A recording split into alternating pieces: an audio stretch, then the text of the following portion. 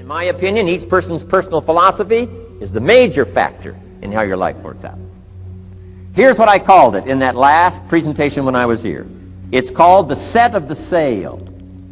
Each person's personal philosophy is like the set of the sail. Now, I used to think it was circumstances that ordered my life. It would not have occurred to me to blame my philosophy. I mean, it would not have occurred to me. Saying, well, I got this lousy philosophy, and that's how come I got pennies in my pocket and nothing in the bank, and things aren't working well. That would not have occurred to me. I found it much easier to blame the government. Much easier to blame the tax problem. I used to say taxes are too high. Then what do you change to make your life work well? You got to start with your philosophy. Guess what I had to do at age 25 in order to change my own future? I had to change my mind. I had to change my thinking. I had to change my philosophy. I was messed up on what was causing my problem.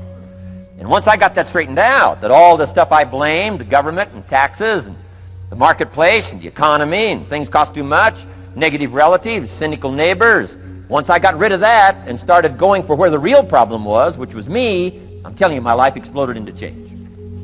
My bank account changed immediately. My income changed immediately. My whole life took on a whole new look and color immediately. And the early results I got from making these philosophical changes tasted so good, I've never stopped the process from that day until this.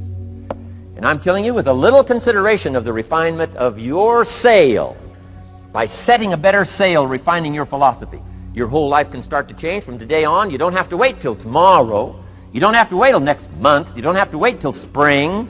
You don't have to wait till 93. You can start this whole process immediately. I recommend it.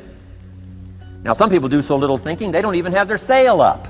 I mean, you can imagine where they're going to wind up at the end of this week, at the end of this month, at the end of this year. Now's the chance to change, process all this information. So number one is philosophy. Now, here's the formula for success. A few simple disciplines practiced every day. And you've started a whole new process called a whole new life. A few simple disciplines practiced every day. And if you decide today to go for the apple instead of the Hershey bar, I'm telling you, you have begun the process of turning your life around. And if you keep up that process, not only with your health habits, but with your money habits and with your communication habits, with your sales habits and management habits and every other habit that you've got, if you'll start that process, eliminate the errors and replace it with disciplines practiced, I'm telling you can start this process of life change immediately. After today, you don't ever have to be the same again. Only by choice. You don't have to walk out of here the same as you walked in today. Only by choice. You can start a whole new process. And you say, well, Mr. Rohn, is it that simple? Yes, it's that simple. Where else would you start? You don't have to start with something staggering. What if you should be walking around the block for your good health and you don't? What'll that do in 6 years? I'm telling you, the word is disaster. You could and you should and you don't. Here's an even stronger word. You won't. I mean, don't might mean you're careless. Won't probably means you're stubborn. And either one's called disaster. Could, should, don't. I'm telling you, that's why at the end of 6 years, I found myself with pennies in my pocket, nothing in the bank, creditors calling. Could, should, won't. Could, should, don't is called disaster. Now, how do you change all that? The next 6 years, I got rich. The next 6 years, I became a millionaire. By the time I'm 31, I'm a millionaire. How about that? You say, well, Mr. Rohn, what happened? Well, strangely enough, during that second 6 years of my economic life, the government was about the same.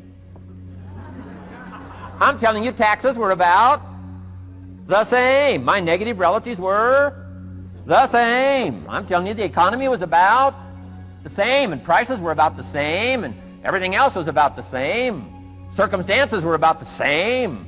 Then how come I got rich? How come I totally changed my life? I was not the same. Somebody says, well, what did you go to work on to do all that? I started with my philosophy.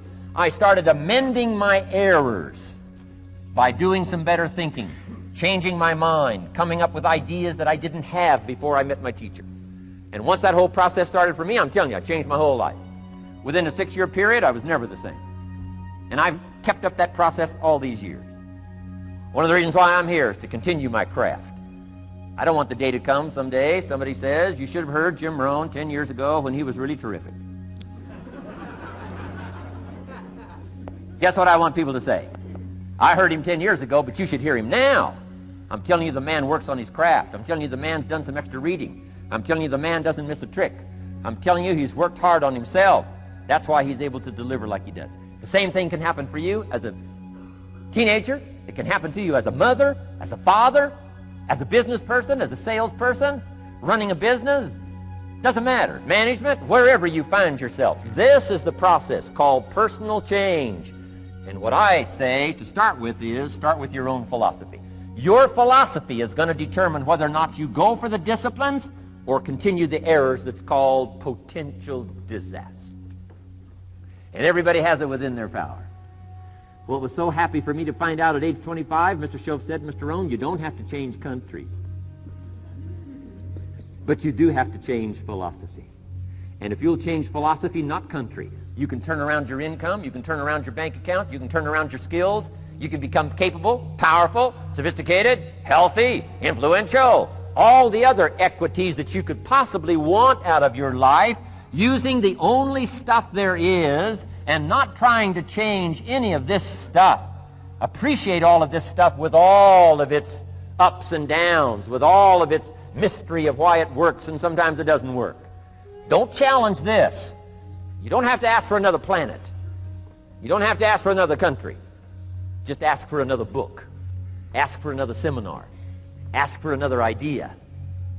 And you can start this whole process of personal life change.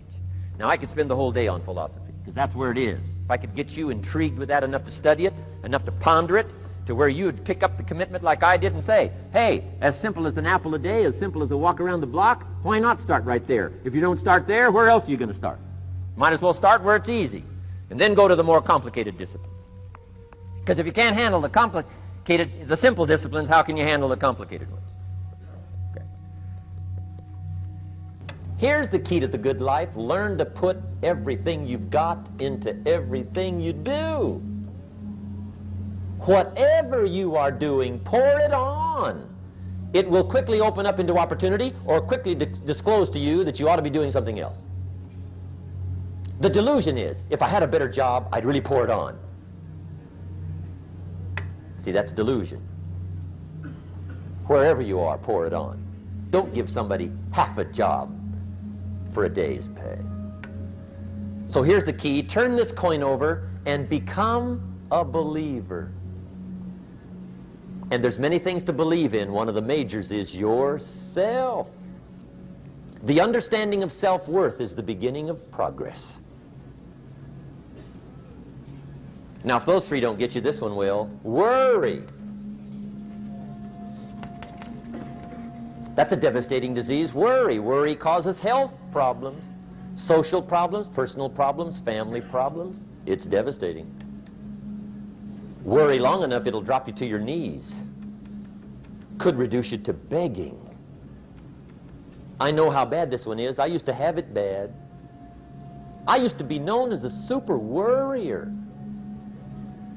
Not a super warrior. No, super worrier. My family wished I'd have been a warrior. I got those years to make up for. But I tell you what, my advice to you is do what I finally did on worry. Give it up. Who needs it? I'm not saying it's easy. I'm saying it's worth it. It took me almost 1 year to kick the worry habit, and it was not an easy year. It was one of the toughest years I ever spent, but I finally got that monkey off my back. And I discovered you could live the most incredible life free of worry.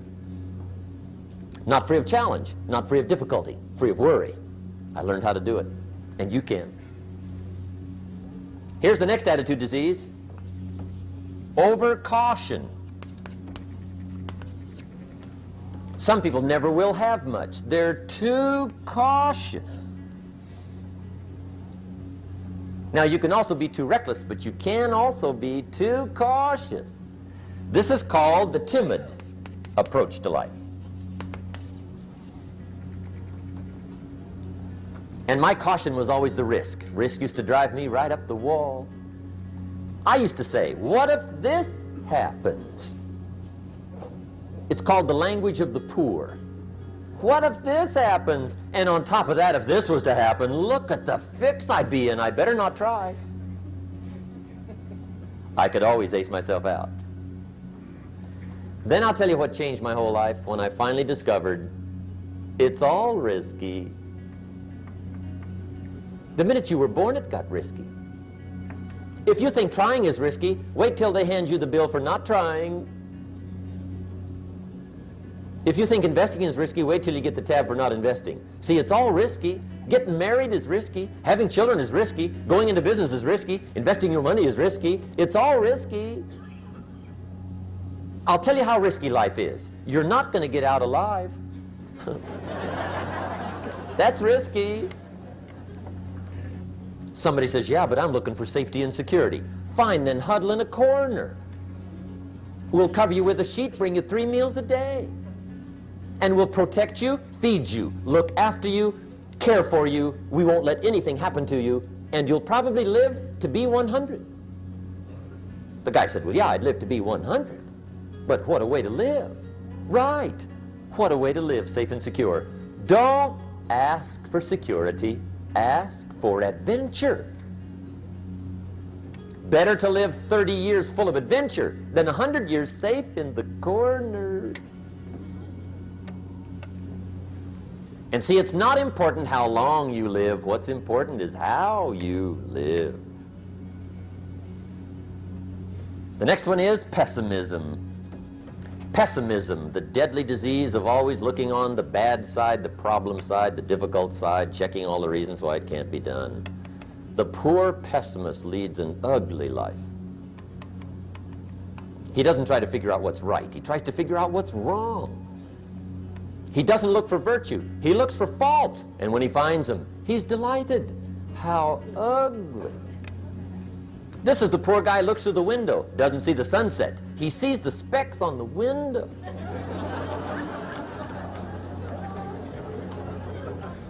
And this is the poor guy, right, who rushes up, takes such leave of his senses. This guy rushes up and he says, I've got 5 good reasons why it won't work.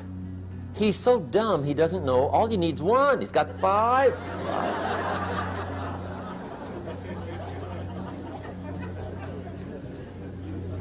To the pessimist, the glass is always half empty.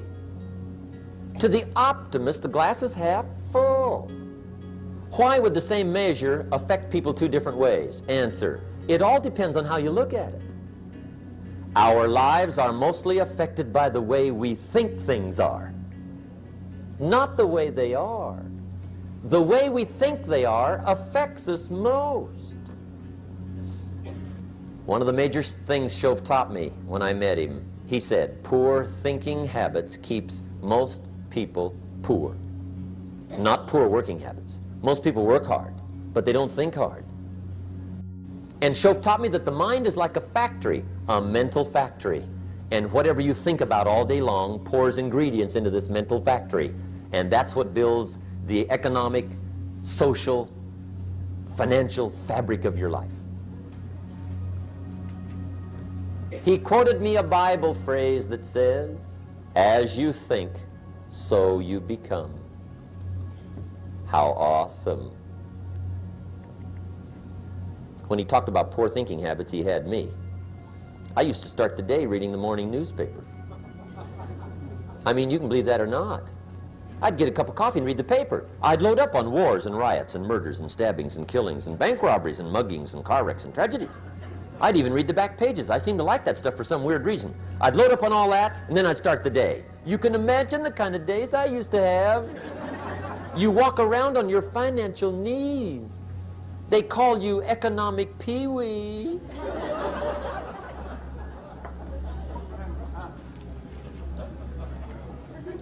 The guy says, I want to be a great leader. Wonderful. The first thing we do is follow him to his house. When we get there, we walk in and check his library, number 1. Somebody says, well, why check his library?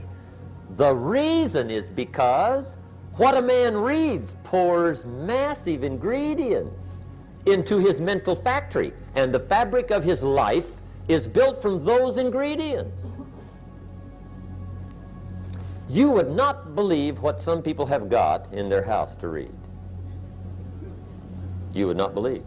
One of the best dressed up words I know for a lot of it is trash.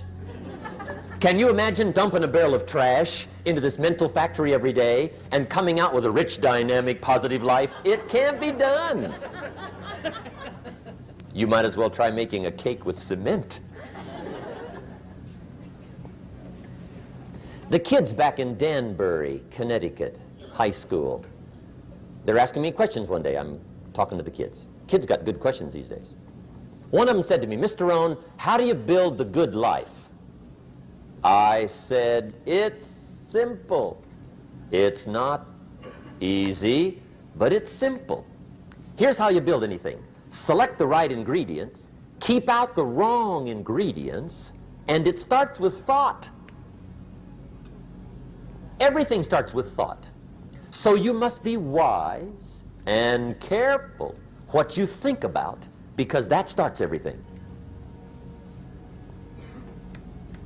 You got to be wise and careful. I asked the kids, what would happen if somebody dropped sugar in my coffee? They said, well, you'd be okay. I said, what if somebody dropped strychnine in my coffee? They said, well, you'd be dead. I said, correct. Lesson 1. Life is both sugar and strychnine. You gotta be careful. I said, what if my worst enemy drops in the sugar? They said, will you be okay? I said, what if my best friend, even by accident, drops in the strychnine? They said, well, you'd be dead. I said, correct. Lesson 2, watch your coffee.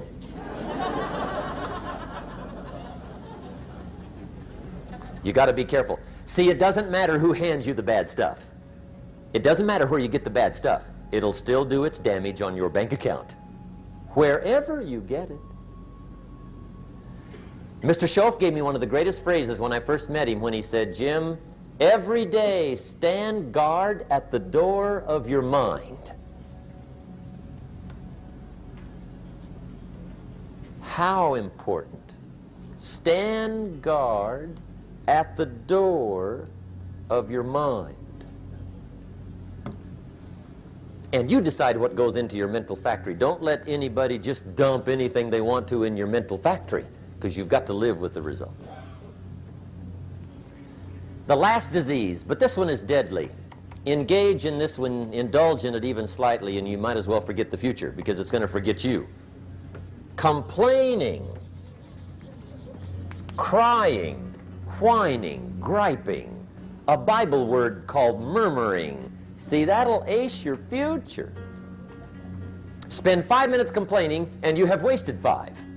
And you may have begun what's known as economic cancer of the bone.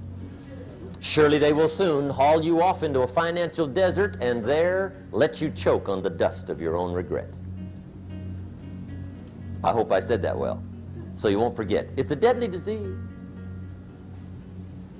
If you don't think it's bad, ask the children of Israel of Old Testament fame. Typical of us all, their story just happened to get in the book. Story says, children of Israel were slaves. God performed a series of dazzling miracles and got them out.